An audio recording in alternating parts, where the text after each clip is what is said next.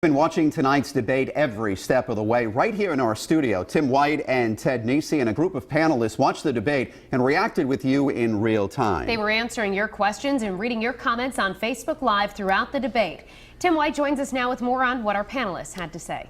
Well, Mike and Shannon, as you saw it was a feisty debate between the two candidates, and while not nearly as heated, our expert panel had very different opinions of how things went. And then we want to see you comment right there on Facebook Live. During the debate, we watched and reacted with you in real time. Let's talk about Hillary Clinton. Bringing in a panel of experts into our Eyewitness News studios. Hillary doesn't need to prove that she's presidential. She is presidential. Interacting on Facebook Live. North Providence, Nick, thanks for tuning in. Just because of the as the candidates sparred for the first time. She is competent. Mirth York is a Hillary Clinton delegate. I don't trust bullies, and I don't trust people who are that aggressive. What does he say? Republican State Representative Joe Trillo is a delegate for Donald Trump. What did he say to you that He you hasn't meant define anything him to as me. being a bigot? He has the Muslim ban. The Muslim ban. The Muslim ban makes him a bigot.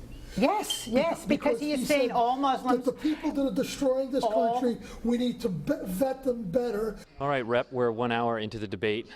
How's your guy doing? I think he's doing really well, especially on the issue of job creation.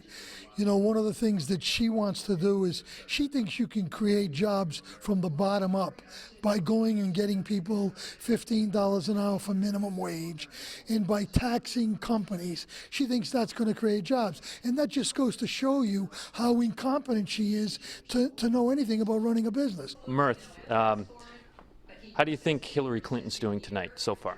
I think she's doing a fine job. She's answering the questions. She's detailed, as she always has been.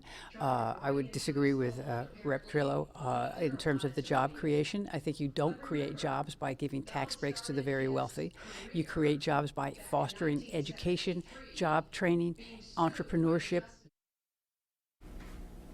I'm here on set now live with WPRI.com reporter Ted Nesi. Ted and I, along with a guest panel, participated in Debate Watch. We watched the debate, reacted with you, the viewers, live in real time, and Ted has more on what people thought in tonight's debate. And boy, it was interesting to see people's comments tonight. New experience for us, Tim, watching the debate with you. We had more than 39,000 were reached by our Facebook Live, which was a great showing, and we were glad to hear from so many folks, as well as from our expert panel.